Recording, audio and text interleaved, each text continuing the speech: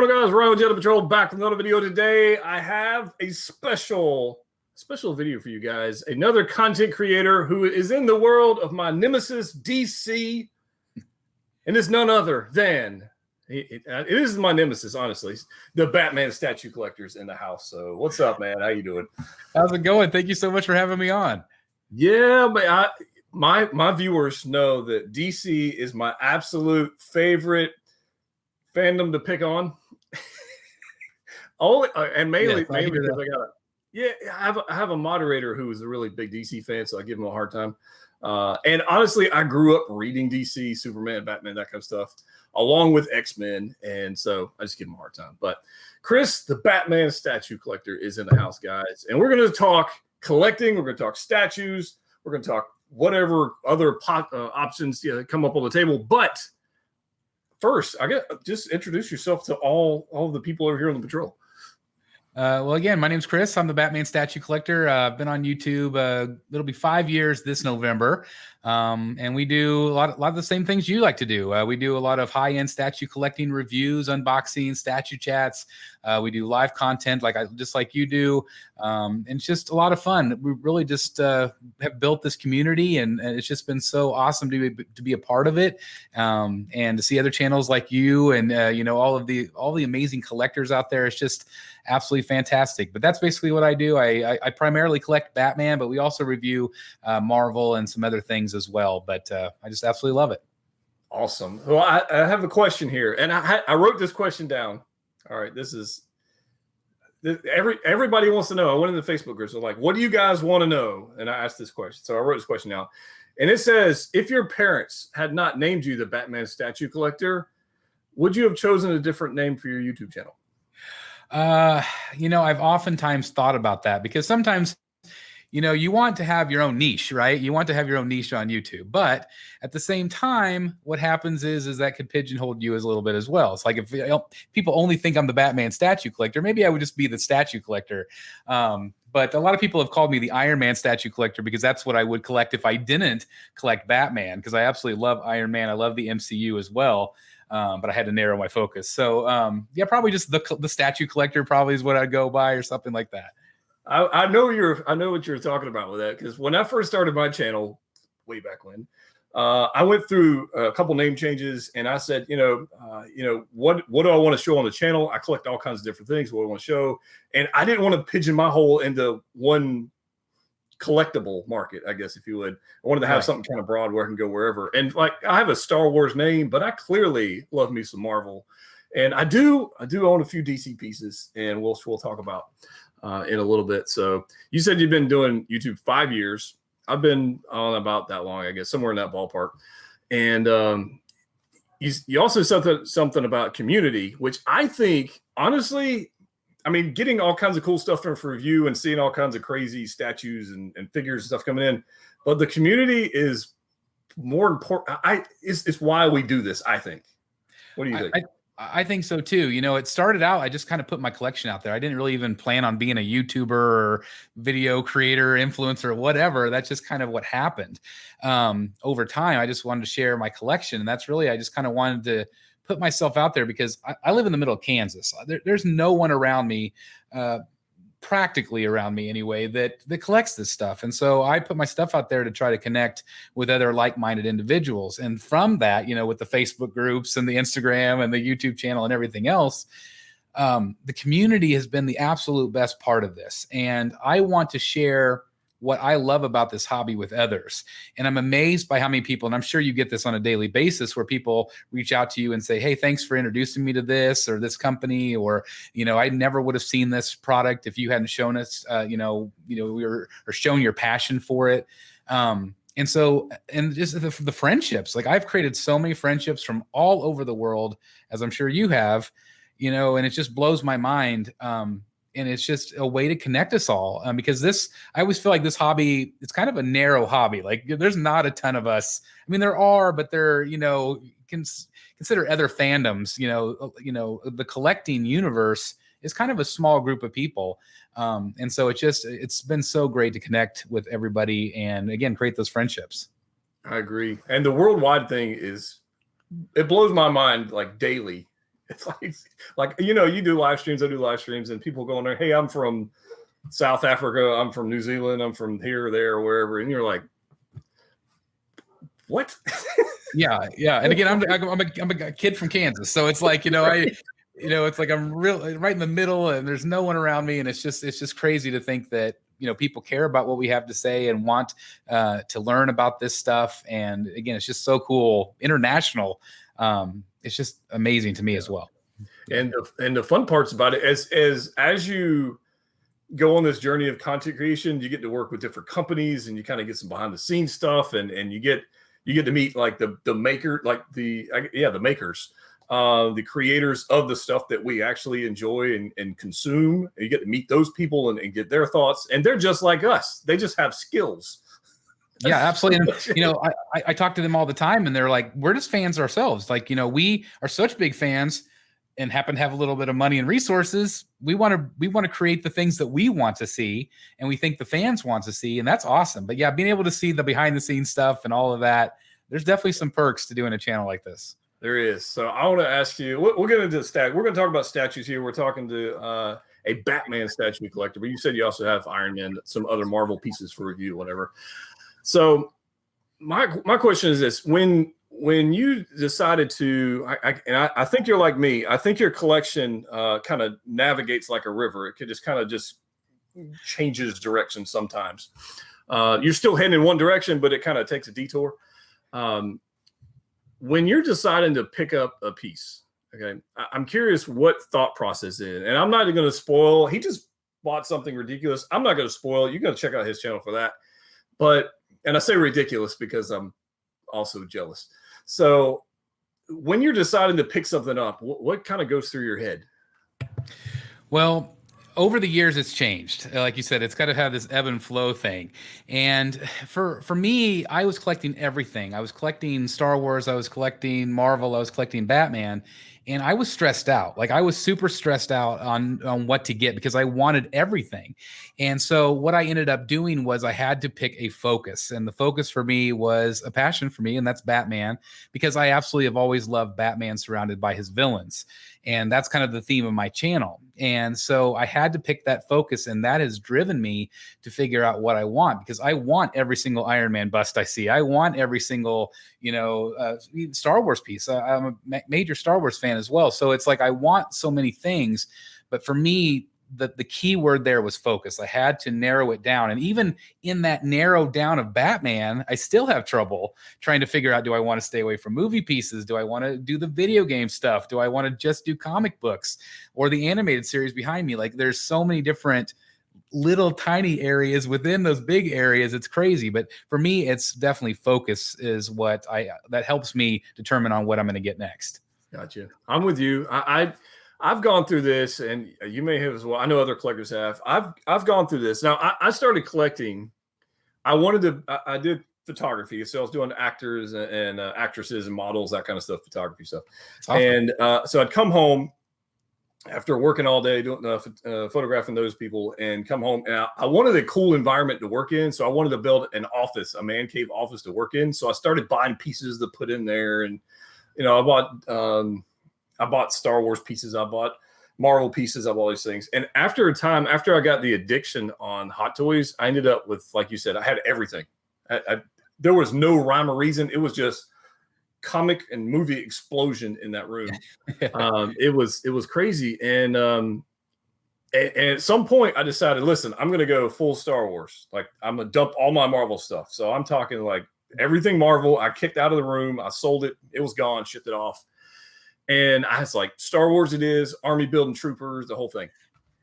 And then I went and saw Guardians of the Galaxy Volume 2 because it had Baby Groot.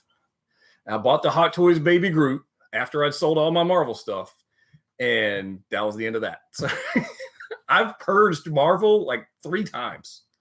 And it hurts. It hurts.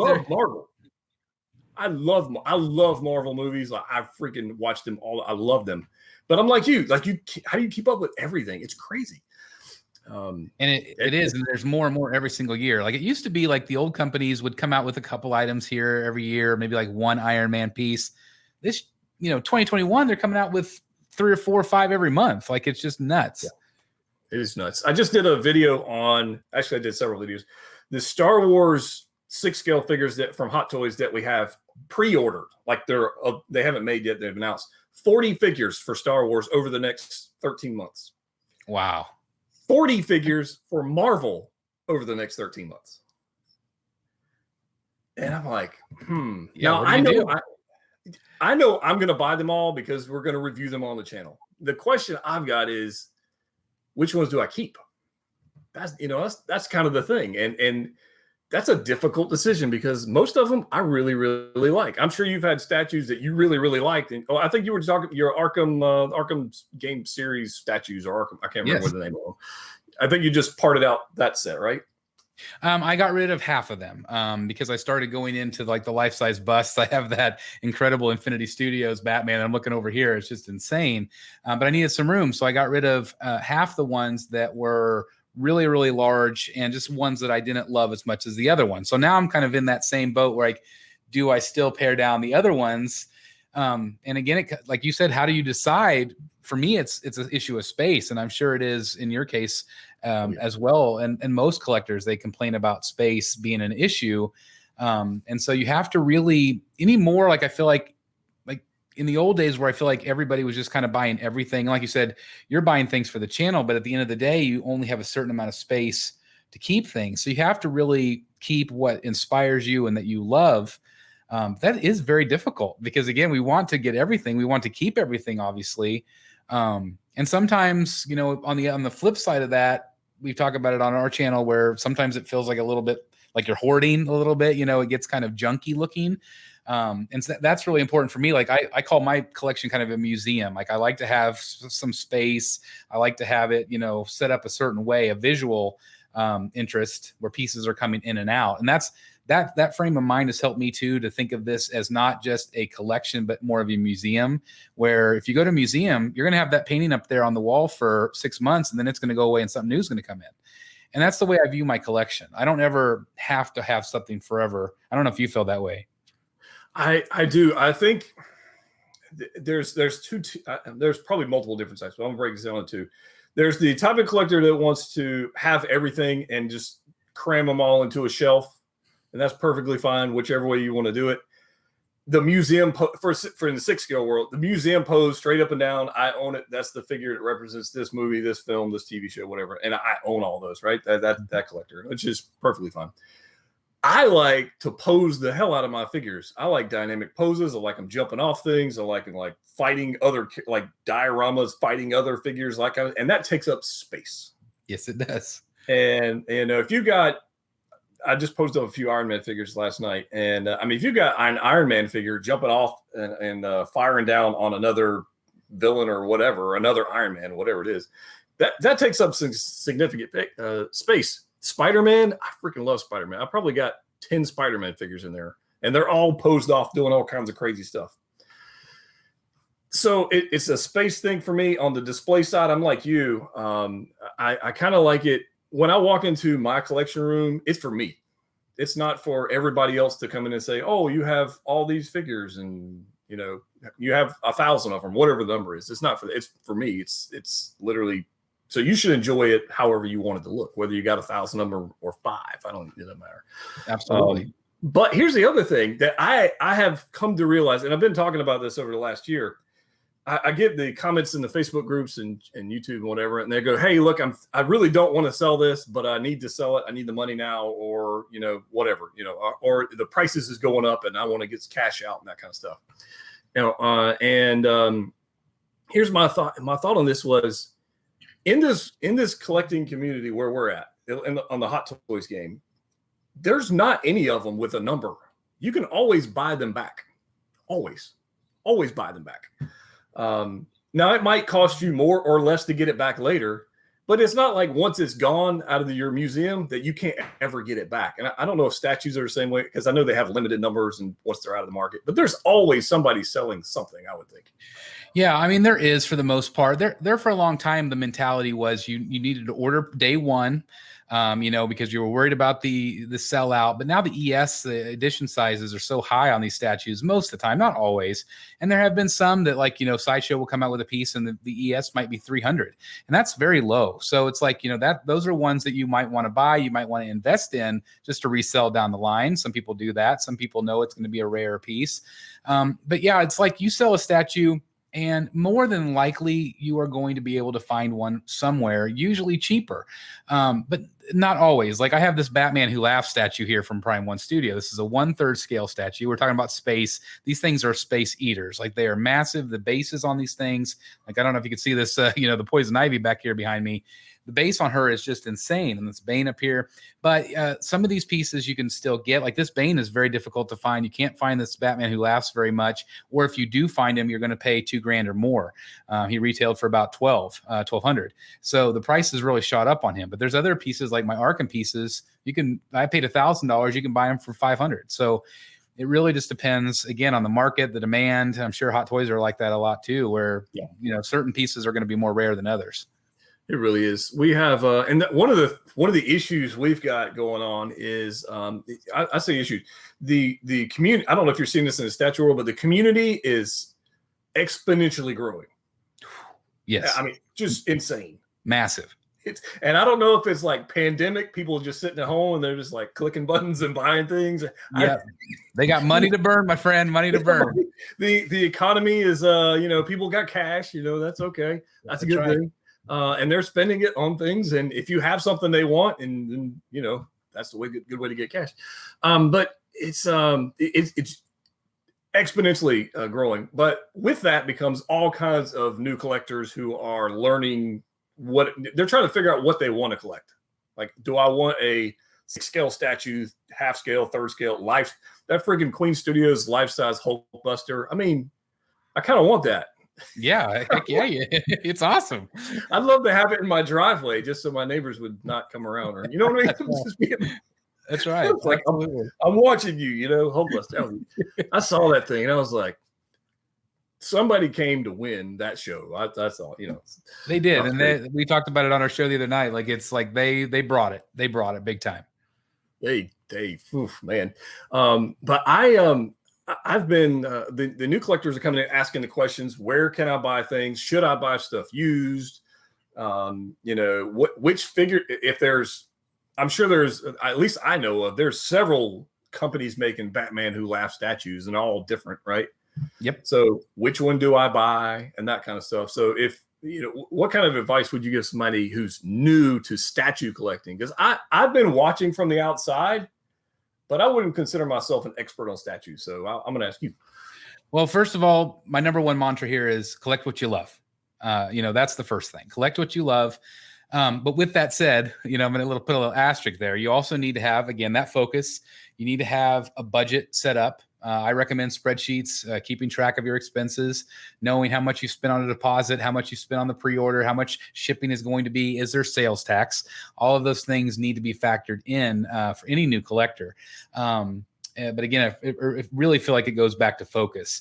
You also need to consider space. Just so all the things that we've talked about are the things that I really try to get across to new collectors, because it's very overwhelming, and it's becoming more and more overwhelming because there's, like you said, 1 million Batman Who Laughs from 1 million different companies. You're like, oh my gosh, which one do I pick? Which having the options are great. Having the different variety is great. But I guess really I recommend joining some of the Facebook groups. I know you have a Facebook group as well. Join those groups. Talk to people in the community. Ask opinions. Don't ever be afraid to put yourself out there, because I'm sure your group is this way. I know, like, my group is incredibly. We're Batman Statue Collector Brotherhood of the Bat Collectibles. Very positive. And people want to support each other. They want to ask opinions. We always joke that we're all enablers. I mean, we really are bad, about that. It's how it is. It is what it is. It is. Don't ask me if you should buy something, because I'm going to say yes. Yes, that's right. That's right. Like I said, we were talking before the show. Like, I just bought that that 1/3 scale Catwoman that Queen Studios just premiered, and I've been asking everybody left and right, what do you guys think? And it's usually 50-50, 50% no, 50% yes. But I really feel like if you join the groups, if you interact with the community, that's really going to help. Also, I know you do this, and like I do it on my channel. I put out tip videos. I put out, information so the new collector knows what to avoid. Maybe where to go, what stores are legit, which ones, are still good, but you might get it like 8 months later than everybody else. Like it's the little logistics of those things that I don't know if every new collector understands. And like I said, when I came into the game, there was really Sideshow was the only game in town.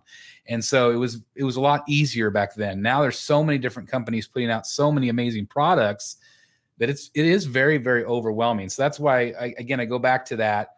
Collect what you love, have a focus, and join those groups. Make sure you surround yourself by people that are like-minded to you and that will help you along your journey. Awesome. All right. We're going to do one more question, then we'll wrap this up. And if you guys would like to see us team up again, comment down below, hit the like button. Obviously, go subscribe to Chris's channel. I'll put a link for it down below as well. And check out his Facebook group. I'll put a link for that down. There'll be all kinds of links down below. Just click all the links. Link. Just click all the links and join all the places. And then that's right. So that's how it works. So statue collecting is, as I have delved into. I think this time last year I owned one statue, and that was the Sideshow Collectibles quarter scale General Grievous. Oh, yeah, it's great piece. Yeah, that's a great piece. Yeah, I believe it or not, I found out on, people are going to be crazy when I say this. I found it on Mercari for $530 shipped. That's insane. From California to here. He paid like $80 in shipping. I don't even know. I got lucky. And you have one that's not broken. Yeah, it's not broken. Because that piece was famous for having all sorts of breakage. That's fantastic. I have one little hip thing that was the glue came loose, but it's not broken. It's just glue. That's great. So that a year ago, I owned that one piece. Now I'm sitting at probably 10 or so that I have in hand, and I've got another 6 or 8 on order, something like that, somewhere in that ballpark. So, go team. That's right. The addiction is set in, my friend. So I know that when I just pre-ordered and I talked about this earlier, I pre-ordered the Prime 1, my first ever Prime 1 piece. The T-Rex on Rotunda, which is going to be just, I don't, it's going to be huge. I don't even know. It's going to be huge. Massive. Yeah, it's a big piece. It's like 3 foot by 3 foot or something. It's ridiculous. But I know I've got to wait a year or wait 2 years or whatever it is. In the statue world, I'm curious about that. In the 6 scale world, what it seems like, it used to be we pre-order something, it'd show up in a year or less. Now it's been, and I'm not even blaming COVID for this stuff. This has been past that. Now is a year and a half, 2 years, and it like the delays and delays and delays and delays. And now people are getting all kinds of salty about it because, for example, in-game came out 2 years ago. We're still waiting on in-game figures now. We still half the collection's not even out. In the statue world, for those who are diving into that, is that how it is for statues as well? Yes, it's definitely teetered into the 2-year mark. In the statue collecting game, the problem is factories. There's only a handful of factories making these statues. And so all the statue companies are competing for factory space, which has then increased the cost to the statue company. Statue company has then, put that cost on the consumer. So it has definitely slowed everything down. Like you said, the pandemic and all that other stuff has definitely slowed it down. Big time. But yeah, the wait is real. Sure. All right. Yeah, it's just so it is what it is. There's nothing you can do. So what you do is you do what like you and I do, and you buy stuff in between. Right. And that's the crazy thing is I used to plan, okay, this is where this Bane's gonna go. This is where this Joker's gonna go. And I knew 2 years ago I was gonna get that Bane. So 2 years that hole's empty. My mentality now has changed where I'm like, screw that. I can't, I'm not going to worry about 2 years from now. Yes, I still in the back of my mind have to think, okay, is the budget still there? Whatever. But enjoy what you have now. Again, maybe those pieces will be gone later. then you'll be able to fill that space with something new. But yeah, I used to think that a lot, where I would just leave those spaces like, well, that's where that one's going to go. But my mentality's changed. How about you? My mentality for space has not changed. As we discussed earlier, I've been buying comic books because all you guys are enablers. Yes, that's right. We are. Every one of you are freaking enablers. And like variant covers is a thing, and limited edition, and going back, and it's CGC, that's a thing. Which I know was a thing. Friend. It's a whole nother world. So I went from anyways. So here's the problem. Hot Toys takes a year and a half, 2 years to produce something. And then not only that, we used to get like a release like once a week. We'd get a release on average, like one figure a week. And for somebody who does reviews, that's pretty good. That works. When it's 3 or 4 weeks with nothing, you're like, well, okay. Like, you're twiddling your thumbs, right? Whether you review it or not, you just have the itch to buy something. So I've been buying. Sure. Yeah. So I've been buying things. We were talking earlier that like CGCs is a whole different rabbit hole, and I'm starting to like look into like key issues and golden age comics. These are tens of thousands of dollars, which is insane to even think about going down that hole. But at the same time, it's fun, it's addictive, and it's like, again, it's another piece of art. It's an arm, encapsulated over time. So it's just, I feel your pain. That's for sure. It's very scary. I keep telling myself not to go down that way. We'll go down the comic road together. We should we'll meet back up and talk about that, because I think that's a whole nother road I'm taking, and I'm not taking it to be a completionist. I'm not trying to do that. I'm just buying interesting stuff that I think would be fun to display. That's kind of what I'm picking up. Or absolutely. Kind of like dabble into it, right? Dabble into it a little. I'm dabbling. So I've picked up a couple key issues. I've got some CGC pieces coming in. I've got some that I'm going to be sending out, and I'm interested, and I messaged this fellow. Hopefully I can get him on here, but so getting some of those artists on board and maybe doing some interviews with some artists. I think that'd be kind of fun. But we'll see how that plays out. I don't know. Yeah, it'd be a lot of fun. Like you said, it'd be a lot of fun to talk about that. Absolutely. Yeah. All right. Well, we're going to wrap that up. If you guys like this video, you want to see more content just like this, subscribe to the channel. Obviously, go check out Chris's channel. We are going to do this again. And if you want us to team up for another video, comment down below. However, let me go ahead and spoil it for you. We're already doing another video. It's on his channel. So if you want to see it, you got to go subscribe to his channel and hit the notification bell, hit the likes, all that kind of fun stuff. And go over there and check out that video, which will be completely different. That's right. We're going to duke it out on my channel. We're going to duke it out. I'm getting my Mandalorian helmet. I'll be right back. Yeah, you better bring it. You better bring it. All right, guys. As always, click the like. See you next time.